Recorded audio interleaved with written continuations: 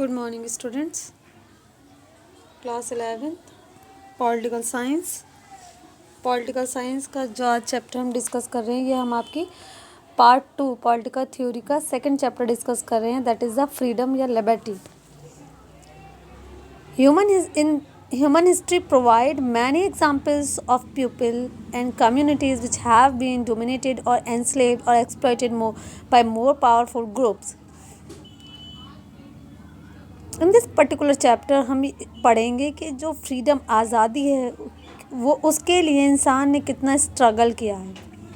अगर हम human history की बात करते हैं तो हमें ये पता चलता है, हमें बहुत सारी ऐसी एग्जांपल्स मिल जाएंगी कि जिसमें ये देख सकते हैं या देखा जा सकता है। उन एग्जांपल के ज़रिए हम ये समझ सकते हैं कि बहुत सारे लोग और कुछ कम्युनिटीज़, मतलब सोसाइटी में कुछ कम्युनिटीज़, कुछ पर्टिकुलर कम्युनिटीज़ और कुछ ऐसे लोग भी रहे हैं जो पावरफुल रहे हैं, जिसकी वजह से उन्होंने बाकी लोगों पर डोमिनेट किया है और उनका एक्सप्लॉयटेशन किया है, शोषण किया है।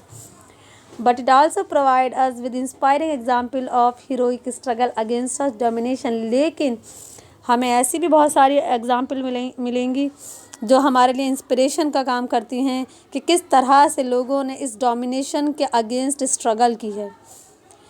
What is the freedom? What is this freedom for which people have been willing to sacrifice and die? और इस आज़ादी को हासिल करने के लिए लोगों ने किस तरह से जद्दोजहद की, किस तरह से स्ट्रगल किया, किस तरह से सेक्रीफाइसेस दिए, इवन के कुर्बान शहीद भी हुए हैं।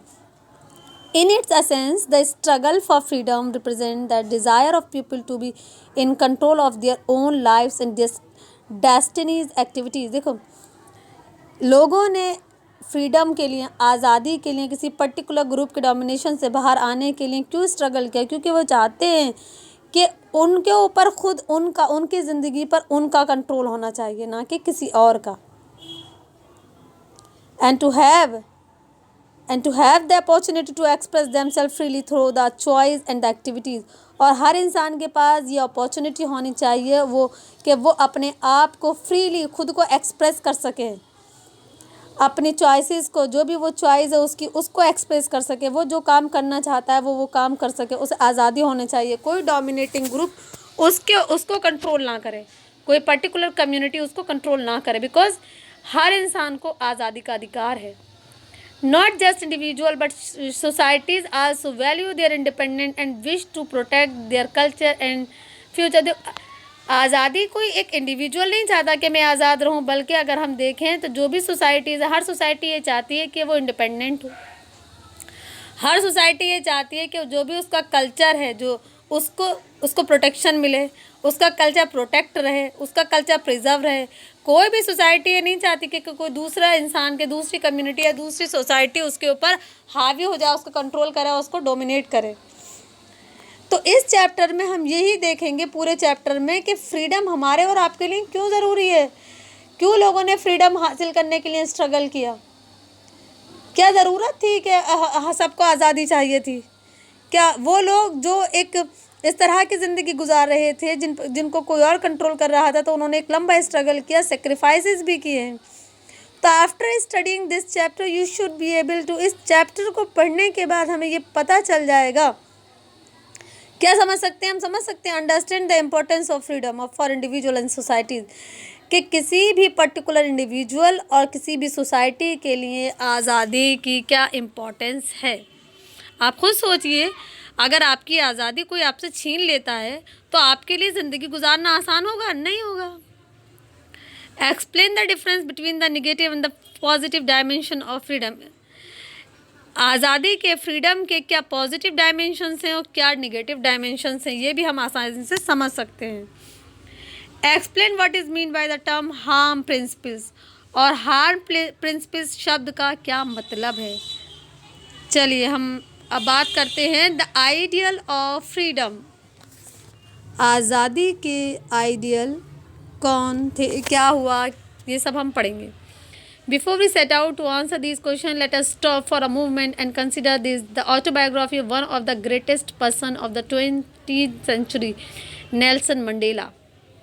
जब हम फ्रीडम की बात करते हैं ना, आज़ादी की बात करते हैं, तो नेल्सन मंडेला का नाम सबसे पहले आता है। Nelson Mandela is titled long walk to freedom. Nelson Mandela ने फ्रीडम आज़ादी के लिए एक लंबी लड़ाई लड़ी है। एक उनकी किताब भी है long walk to freedom. In this book, उनकी किताब का नाम क्या है? Long walk to freedom. क्योंकि उन्हें जो आज़ादी वो किसी प्लेट में रख के नहीं मिली, थाली में रख के सजा के नहीं मिली। इस आज़ादी को हासिल करने के लिए अफ्रीका में जो रैशनल डिस्क्रिमिनेशन किया जाता था, काले गोरे का जो भेदभाव किया जाता था, उस भेदभाव को ख़त्म करने के लिए नेल्सन मंडेला ने एक लंबी लड़ाई लड़ी है और उन्होंने एक किताब लिखी है। उस किताब का नाम भी उन्होंने यही लिखा, long walk to freedom. In this book, he talk about his personal struggle against the apartheid regime in South Africa. इस बुक में नेल्सन मंडेला ने अपना जो उनका खुद का स्ट्रगल रहा है साउथ अफ्रीका में, जैसे मैंने अभी आपको बताया कि वहाँ पर रेशल डिस्क्रिमिनेशन किया जाता था, तो उसके बारे में उन्होंने बात की है। About the resistance of people to segregation policies of the white regime. इसके अलावा वो बात करते हैं कि जो वहाँ पर ब्लैक और वाइट का जो डिस्क्रिमिनेशन था, वाइट लोगों ने जो पॉलिसीज़ बनाई थी, वो पॉलिसीज़ जो डार्क स्किन कलर पीपल थे उनके लिए वो कैसी थी। About the humiliation, hardship and the police brutality suffered by black people of South Africa. आप अंदाज़ा लगा सकते हैं कि साउथ अफ्रीका में उन लोग जो वाइट स्किन कलर पीपल थे, उन्होंने जो पॉलिसीज़ बनाई तो वो डार्क स्किन कलर पीपल के लिए कितनी ज़्यादा मुश्किलें पैदा कर रही थी। इवन के जो पुलिस होती है ना, पुलिस भी उनको लेकर बहुत ब्रूटल थी, यानी कि बहुत बुरी तरीके से उनको पीटती थी, मारती थी उन्हें, यहाँ तक कि इनह्यूमन ट्रीटमेंट उनके साथ किया जाता था। इनह्यूमन ट्रीटमेंट जो डार्क स्किन कलर पीपल थे, these range from being bundled into township and being denied easy movement about the country to major constituted a body of constraint imposed by the apartheid regime that discriminated between citizens based on their race। इन्हीं तमाम चीज़ों से Nelson Mandela काफ़ी ज़्यादा मुतासिर हुए और उन्होंने इस रेशियल डिस्क्रिमिनेशन के ख़िलाफ़ एक मूवमेंट चलाई।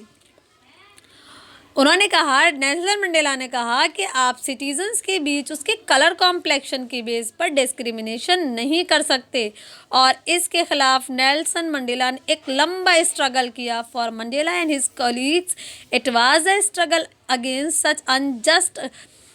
such unjust constraint, the struggle to remove the obstacle to the freedom of the people of South Africa। इस चीज़ के ख़िलाफ़, यानी कि रेशल डिस्क्रिमिनेशन के ख़िलाफ़ नेल्सन मंडेला और उनके जो भी कलीग्स थे, उन्होंने एक बहुत लंबे स्ट्रगल किया। उन्होंने कहा साउथ अफ्रीका के लोगों की आज़ादी में, यानी कि जो साउथ अफ्रीकन यानी कि जो डार्क स्किन कलर पीपल हैं, आप उनसे उनकी आज़ादी नहीं छीन सकते, आप उसमें किसी तरह की कोई रुकावट नहीं लगा सकते। अगर किसी भी तरह की रुकावट या ऑब्स्टिकल्स आप लगाएंगे तो आप उनको दूर कीजिए, क्योंकि ये अनजस्ट है। Not just the black or the colored but also the white people। That was the long walk to freedom। इसी के क्या लंबा स्ट्रगल किया उन्होंने इस चीज़ के लिए, तो इसी के लिए इसी को कहा जाता है long walk to freedom. For this freedom Mandela spend 28 years of his life in jail. देखो, आप समझ रहे हो, इस आज़ादी को, जैसे मैंने भी आपसे कहा था कि ये आज़ादी कोई थाली में रख के नहीं मिल गई थी भाई कि लीजिए आपको आज़ादी चाहिए, हमने आपको आज़ादी दी। इस आज़ादी के लिए नेल्सन मंडेला लगभग अपनी ज़िंदगी के 28 साल उन्होंने जेल में गुजारे। ज़िंदगी के यानी कि आधी ज़िंदगी उन्होंने अपनी कहाँ गुजारी? जेल में। किस लिए? क्या लड़ाई लड़ रहे थे वो लड़ाई लड़ रहे थे रेशियल डिस्क्रिमिनेशन की। भाई, काले गोरे का कैसे भेदभाव कर सकते हो आप? और फिर इन solitary confinement, imagine what it means to give up one's youth for an ideal, to voluntarily give up the pleasure of talking with one's friend, of playing one's favorite game. Mandela loved boxing, of wearing one's favorite cloth, of listening to one's favorite music, of enjoying the many festivals that are part of one's life. Imagine give all these up and choosing instead to be locked up alone in a room, not knowing when one would be released, only because one campaigned for the freedom of one's people. For freedom, Mandela paid a very high personal price। देखो, Mandela भी चाहते अपनी ज़िंदगी को आसानी से गुजार सकते थे, वो भी अपनी ज़िंदगी में म्यूज़िक सुन सकते थे, अच्छे कपड़े पहन सकते थे, अच्छी तरह से ज़िंदगी गुजार सकते थे, जो उनकी पसंद के खेल थे, गेम से उनको खेल सकते थे। नहीं, इन तमाम ऐशो आराम को, ज़िंदगी के तमाम एन्जॉयमेंट को दरकिनार करके, उनको साइड रख के नेल्सन मंडेला ने अकेले एक कमरे में ज़िंदगी के 28 साल गुजारना को ज़्यादा अहमियत दी। उन्होंने तमाम लाइफ के एंजॉयमेंट को दरकिनार कर दिया, दूर कर दिया, उनकी तरफ नहीं देखा और अपनी ज़िंदगी के 28 साल एक बंद कमरे में गुजार दिए। किस लिए? आज़ादी के लिए, कि सबको आज़ादी मिलनी चाहिए। अपनी आज़ादी की बात नहीं कर रहे थे, वो लोगों की आज़ादी की बात कर रहे थे, वो साउथ अफ्रीकन पीपल्स की आज़ादी की बात कर रहे थे।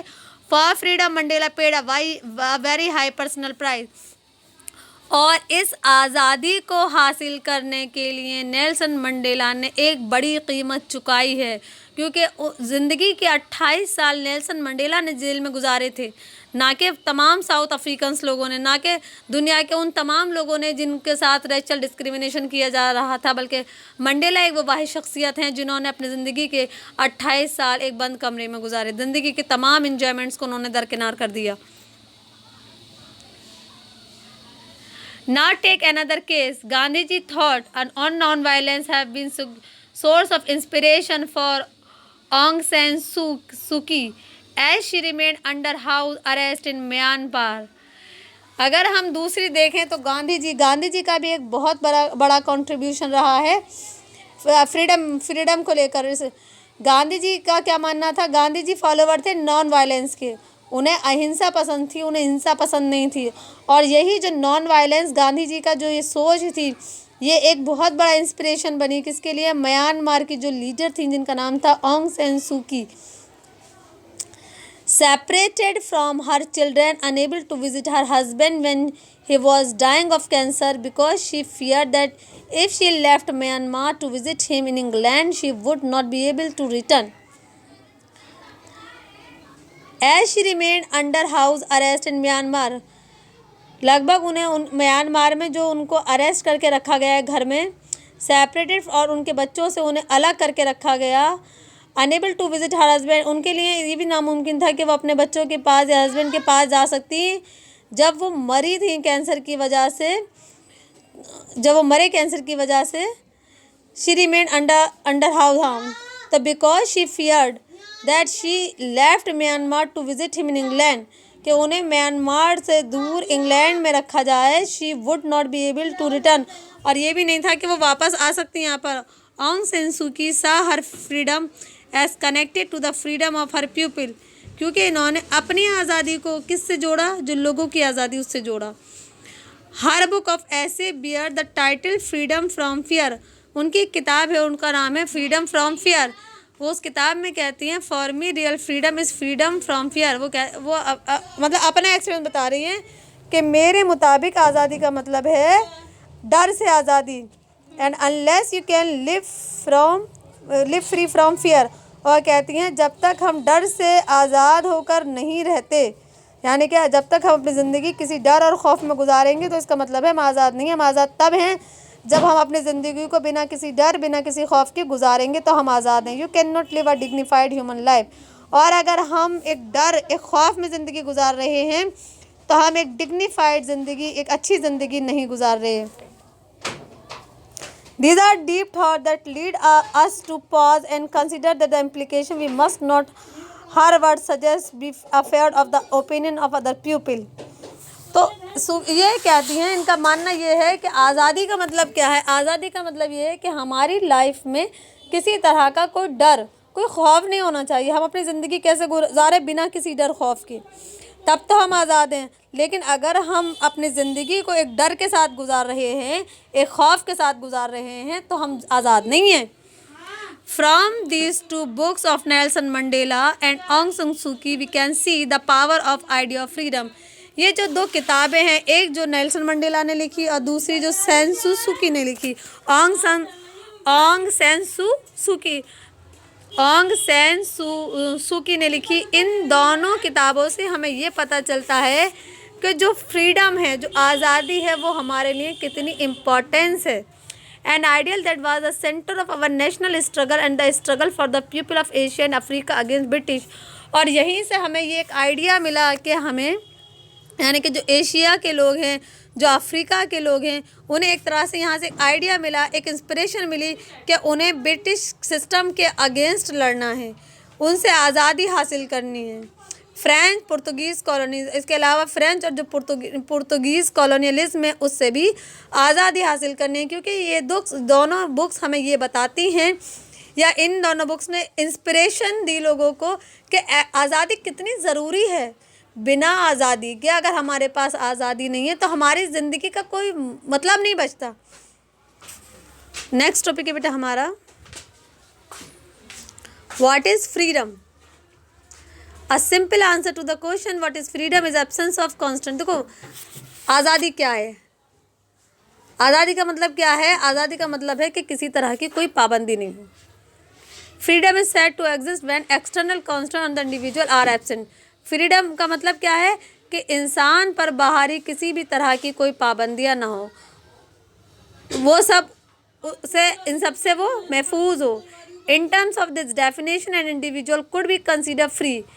अगर हम इस डेफिनेशन को देखें तो इस डेफिनेशन के अकॉर्डिंग एक इंसान, एक लड़का, एक लड़की, एक मर्द, एक मेल फीमेल उस वक्त आज़ाद हैं if he she is not subject to external control. मान लीजिए वो कब आज़ाद हैं, अगर उन पर किसी तरह का कोई एक्सटर्नल कंट्रोल नहीं है तो वो आज़ाद हैं। लेकिन अगर कोई भी इंसान किसी एक्सटर्नल कंट्रोल में है और and is able to make independent decision and act in an autonomous way, he she is not subject to, यानी कि अगर वो किसी एक्सटर्नल कंट्रोल में है तो वो इंडिपेंडेंट नहीं है। इंडिपेंडेंट कब है, इस डेफिनेशन के अकॉर्डिंग फ्रीडम का मतलब है कि इंसान किसी भी एक्सटर्नल कंट्रोल से आज़ाद है, उस पर किसी तरह का कोई एक्सटर्नल कंट्रोल नहीं है। अगर एक्सटर्नल कंट्रोल नहीं है तो वह अपने डिसीजंस को लेने के लिए इंडिपेंडेंट है और वो अपनी मर्ज़ी से कोई भी काम कर सकता है। However absence of constraint is only one dimension of freedom. Absence of यानी किसी तरह की कोई पाबंदी, कोई बंदिश नहीं होना आज़ादी या फ्रीडम का एक सबसे इम्पॉर्टेंट डायमेंशन है। ये मान लीजिए अगर आप पर किसी तरह की कोई बंदिश लगा दी गई हो और कह दिया जाए भाई आज़ाद हो, मतलब आपसे ये कह दिया जाए फॉर एग्ज़ाम्पल जैसे हमारा कॉन्स्टिट्यूशन कहता है फ्रीडम ऑफ स्पीच, लेकिन उसमें ये भी कह रखा है कि आपकी स्पीच आप दे सकते हो लेकिन भड़काऊ भाषण नहीं। अब हमसे ये कह दिया जाए कि you are free to express their idea, आप फ्री हो according to constitution of India अपने आइडिया को एक्सप्रेस करने के लिए, लेकिन बंद कमरे में। एक पाबंदी क्या लगा दी, ध्यान सुनिएगा मेरी बात को। अगर कोई किसी से ये कहता है कि according to the Indian constitution you are free to express their ideas, आप अपने आइडियाज़ को एक्सप्रेस करने के लिए फ्री हो लेकिन एक बंद कमरे में, वहाँ पर सिर्फ आप ही हो। अब ये पाबंदी लगा दी तो इस आज़ादी का कोई मतलब बचा नहीं, इस आज़ादी का कोई मतलब नहीं बचा। हाँ आप ये कह सकते हो कि you are free to express your views, आप अपने व्यूज़ को एक्सप्रेस करने के लिए फ्री हो लेकिन आप भड़काऊ भाषण नहीं दे सकते हो। तो हाँ आज़ादी है, लेकिन ये कह देना आज़ाद तो हो लेकिन बंद कमरे में बोल सकते हो, तो वहाँ पर ये एक पाबंदी लगा दी तो आप ये नहीं कह सकते कि ये हम फ्री हैं। तो सबसे इम्पॉर्टेंट डायमेंशन है फ्रीडम का कि किसी तरह की कोई बंदिश नहीं होनी चाहिए। Freedom is also about expanding the ability of people to free express themselves, जो मैंने अभी आपको बताया, एंड डेवलप देयर पोटेंशियल। तो इंसान आज़ाद है कि वो अपने आप को एक्सप्रेस कर सके, अपने पोटेंशियल को डेवलप कर सके। Freedom in this sense is the condition in which people can develop their creativity and capabilities. तो इस डेफिनेशन के अकॉर्डिंग फ्रीडम एक ऐसी कंडीशन से मुराद है जिसमें इंसान अपनी क्रिएटिविटी को डेवलप कर सकता है, अपनी कैपेबिलिटीज़ को डेवलप कर सकता है। Both these aspects of freedom, the absence of external constraint as well as the existence of condition in which people can develop their talent। देखो फ्रीडम के दो एस्पेक्ट्स, एक तो ये कि किसी तरह का कोई एक्सटर्नल कंस्ट्रेंट यानी किसी कोई दबाव या कोई पाबंदी नहीं होनी चाहिए। दूसरा ये कि ऐसी कंडीशंस प्रोवाइड कराई जाएं जिसमें इंसान अपने आप को डेवलप कर सके, अपने टैलेंट को डेवलप कर सके। ये दोनों ही बहुत इम्पॉर्टेंट हैं अगर हम फ्रीडम की बात करते हैं। एक फ्री सोसाइटी कौन सी, एक फ्री सोसाइटी वो है जब वो अपने तमाम मेंबर्स को यानी कि सोसाइटी के जितने भी लोग हैं उन तमाम लोगों को ये अपॉर्चुनिटी प्रोवाइड करती है कि वो अपने आप को पोटेंशियल को डेवलप कर सके और उन पर किसी तरह की कोई भी मतलब सोशल कंस्ट्रेंट आप इंसान को बिल्कुल फ्री भी नहीं छोड़ सकते हो। मतलब जो भी मिनिमम पाबंदियाँ उस पर लगाई गई हैं उसके बाद वो अपने पोटेंशियल को डेवलप कर सके, वही एक फ्री सोसाइटी है। यानी कि डेवलप करना है अपने आप को, कुछ ऐसा नहीं करना जिससे सोसाइटी के लिए हार्मफुल हो। हम और आप जिस सोसाइटी में रहते हैं, हमारे और आपकी सोसाइटी में हम लोग ये उम्मीद करते हैं कि हम पर किसी तरह की कोई पाबंदी, कोई रेस्ट्रिक्शन, कोई बंदिश ना हो, बट ऐसा पॉसिबल नहीं है। To understand which social constraint are necessary, कुछ पाबंदियाँ, कुछ बंदिशें ज़रूरी भी हैं। फॉर एग्जाम्पल, जैसे मैंने अभी आपको बताया, फ्रीडम ऑफ स्पीच है एग्जाम्पल। यहाँ दूसरी दे रखी, मैं आपको दूसरी बता रही हूँ। अगर फ्रीडम ऑफ स्पीच है, हम इंसान को, हमारा जो संविधान है, इंडियन कॉन्स्टिट्यूशन, वो ये कहता है each and every citizen of India has the right to express their views. हमारे संविधान के अकॉर्डिंग में हम अगर भारतीय नागरिक हैं तो हमें अधिकार है अपने व्यूज़, अपने आइडियाज़ को एक्सप्रेस करने का, हम फ्री हैं। बट अब इस पर क्या एक रेस्ट्रिक्शन लगाई गई है कि हम जो भी बातें कहेंगे, जो भी स्पीच देंगे, उसमें हमारी कोई भी बात, कोई भी एक्सप्रेशन, कोई भी हमारा आइडिया, कोई भी हमारा स्पीच, भाषण ऐसा नहीं होना चाहिए जिससे सोसाइटी में किसी तरह की कोई प्रॉब्लम क्रिएट हो। अब जैसे कि स्पीच देने का, भाषण देने का अधिकार है, लेकिन भड़काऊ भाषण देने का अधिकार नहीं है। बात समझ रहे हैं ना? तो कुछ रेस्ट्रिक्शन ज़रूरी भी हैं, क्योंकि अगर इंसान पे ना लगाए जाएं तो फिर वो अपनी उसी फ्रीडम का मिस यूज़ कर लेगा। तो फ्रीडम ज़रूरी है, लेकिन उसके साथ साथ कहीं जहाँ ज़रूरी है तो वो रेस्ट्रिक्शंस भी ज़रूरी हैं। स्वराज, अगर हम इंडियन कॉन्सेप्ट को देखें, a concept analogue to freedom in Indian political thought is swaraj. तो इंडियन पॉलिटिकल थॉट में अगर हम इंडियन कॉन्सेप्ट को देखें तो हमारे यहाँ आज़ादी को हम स्वराज से जोड़ते हैं। स्वराज जो टर्म है, स्वराज, वो दो वर्ड से मिलकर बनी है। सवा का मतलब होता है सेल्फ, राज मीन्स रूल, तो swaraj means self rule, self rule. ये मैं आपको बता दूं, it can be understood to mean both the rule of self and rule over self. देखो, सेल्फ रूल यानी खुद का राज, और रूल ओवर सेल्फ, हम पर कोई और रूल करे। तो swaraj in the contents of the freedom struggle in India refer to freedom as a constitution and the political demand as a value of the social collective level. तो during the freedom struggle, जब भारत के लोग जब आज़ादी की लड़ाई लड़ रहे थे, आज़ादी की लड़ाई हम क्यों लड़ रहे थे? क्योंकि हमारे ऊपर जो अंग्रेज़ थे, जो फॉरेनर थे, जो बाहरी लोग थे, वो राज कर रहे थे। तो आज़ादी की लड़ाई के दौरान हमने डिमांड की उनसे स्वराज की, कि सेल्फ रूल की, ये हमारा देश है, यहाँ पर हमारा रूल चलना चाहिए, हमारे ऊपर हमारे रूल होंगे, हम अपने रूल्स को फॉलो करेंगे, ना कि तुम्हारे बनाए हुए रूल्स को। और स्वराज की बात, Swaraj was such an important rally carrying in the freedom movement, inspiring Tilak's famous statement। और स्वराज की जब हम बात करते हैं तो बाल गंगाधर तिलक का नाम सबसे पहले आता है, क्योंकि बाल गंगाधर तिलक ने फ्रीडम मूवमेंट में ये बात कही थी कि Swaraj is my birth right, के आज़ादी मेरा पैदाइशी हक है और कोई मुझे इससे महरूम नहीं कर सकता, कोई मुझसे मेरा ये अधिकार छीन नहीं सकता।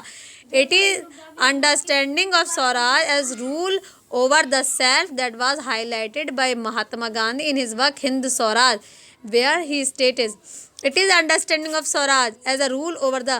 तो स्वराज क्या है? सेल्फ रूल है। इसके बारे में गांधी जी ने भी अपनी जो बुक है हिंद स्वराज, उसमें इसके बारे में बात की है। He swaraj when he learn the rule over self. तो गांधी जी भी ये कहते हैं कि स्वराज यानी कि हमारा रूल होना चाहिए, हम पर हम राज करेंगे, कोई और नहीं, कोई बाहर ही आकर नहीं कर सकता। Swaraj is not just freedom but liberation in redeeming one self respect. Swaraj का मतलब सिर्फ आज़ादी नहीं है, बल्कि क्या है? लिबरेशन है। इन रिडीमिंग वन सेल्फ रेस्पेक्ट, यानी कि सेल्फ रूल होगा तो हमें रेस्पेक्ट भी मिलेगी, हम खुद के लिए लॉयल भी होंगे, रेस्पेक्ट भी करेंगे, सेल्फ रेस्पॉन्सिबिलिटी और अपनी रेस्पॉन्सिबिलिटीज़ को भी समझेंगे, और अपने आप को, अपनी कैपेबिलिटीज़ को, अपनी कैपेसिटीज़ के अकॉर्डिंग काम भी करेंगे और ख़ुद को डेवलप भी करेंगे।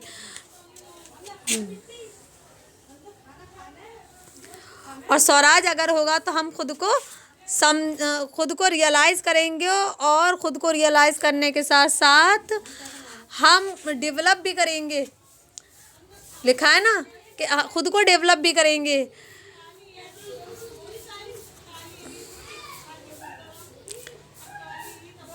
Gandhi ji believe the development that follow would liberate both individual and collective potentialities।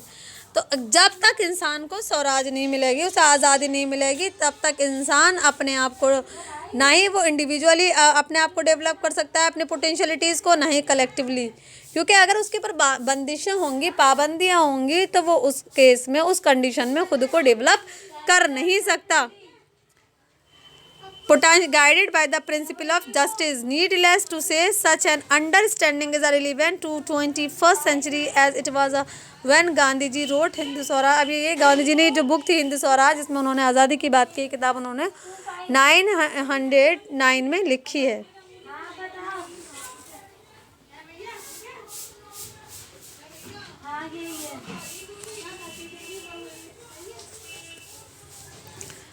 Thus far we have defined freedom as absence of constraint. To be free means to reduce, minimize social constraint. तो वही मैं that limit our ability to make choice freely. तो जब तक हम पे क्या है कि एब्सेंस एक्सटर्नल किसी तरह की कांस्टेंट नहीं होनी चाहिए, और जो भी सोशल रेस्ट्रिक्शंस है वो बहुत मिनिमम होने चाहिए, जिसमें इंसान अपने आप को आसानी से डेवलप कर सके, इंसान को अपनी एबिलिटीज़ को डेवलप कर सके। क्योंकि हम 100% किसी को फ्री नहीं कर सकते। जैसे मैंने आपको अभी फ्रीडम ऑफ स्पीच की और एक्सप्रेशन की एग्जांपल दी कि कह दिया जाए, लेकिन हमें वहाँ पर ये जो ज़रूरी पाबंदियाँ हैं वो लगानी है। However, this is only one aspect of freedom. To put in another way, freedom also has a positive dimension. ये तमाम क्या है positive dimension. To be free, society must widen the area in which individual, group, communities और nation will be able to charter their own destiny and be what they wish to be. देखो, जब तक के किसी community हो, society हो, nation हो, जब तक उसे आज़ादी नहीं दी जाएगी वो डेवलप नहीं हो सकता। लोग अपनी मंजिल तक भी तभी पहुंचते हैं जब उनको आज़ादी दी जाती है। अगर आज़ादी नहीं दी जाए, किसी की आज़ादी छीन ली जाए और उससे कहा जाए मंजिल तक पहुंचो, तो पहुंच नहीं सकता। आज़ादी जब होगी तभी वो आगे बढ़ सकता है, तभी खुद को डेवलप कर सकता है, अदरवाइज नहीं। तो इसी तरह हम ये कह सकते हैं कि किसी भी देश की तरक्की, free society is one that enable one to pursue interest with a minimum constraint. Freedom is considered value because it allows to make choice and exercise our judgment. It permits the exercise of the individual's power of the reason and the judgment. तो जब तक के इंसान free नहीं है, जब तक कि कोई सोसाइटी फ्री नहीं है, तो ना ही इंडिविजुअल अपनी पावर्स का यूज़ कर सकता है, ना अपने पोटेंशियल का यूज़ कर सकता है, ना अपनी कैपेबिलिटीज़ का यूज़ कर सकता है, ना अपने आप को डेवलप कर सकता है। इवन के अगर हम जजेस से, फॉर एग्ज़ाम्पल, जजेस को पर आज़ादी ना दें कि वो अपने जो भी डिसीजंस हैं वो फ्रीली ले सकते हैं, पार्शियल होकर ले सकते हैं, तो वो जजमेंट भी, जो उनके द्वारा लिया गया जजमेंट भी ठीक नहीं होगा। तो जब आज़ादी देनी है हमें, आज़ादी देने के बाद ही हम ये उम्मीद कर सकते हैं कोई भी इंडिविजुअल, कोई भी सोसाइटी, कोई भी कम्युनिटी और कोई भी देश आगे बढ़ सकता है। और इसी आज़ादी को हासिल करने के लिए नेल्सन मंडेला ने सबसे पहले आवाज़ उठाई। इसी आज़ादी के लिए नेल्सन मंडेला 28 साल, अपनी ज़िंदगी के 28 साल उन्होंने जेल में गुजारे। तो आज़ादी हमारे और आपके और हर इंसान के लिए कितनी ज़रूरी है, क्योंकि आज़ादी, जैसे कि बाल गंगाधर क्या कहते हैं कि Swaraj is my birth right, ये मेरा पैदाइशी हक है, कोई मुझे से महरूम नहीं कर सकता, कोई मुझसे मेरा ये अधिकार छीन नहीं सकता। क्योंकि अगर आज़ादी नहीं है इंसान के पास तो वो आगे बढ़ नहीं सकता। इसलिए आज़ादी हम सब के लिए बहुत ज़रूरी है। नेक्स्ट टॉपिक है हमारा sources of constant. This topic I will discuss in next video. Thank you very much.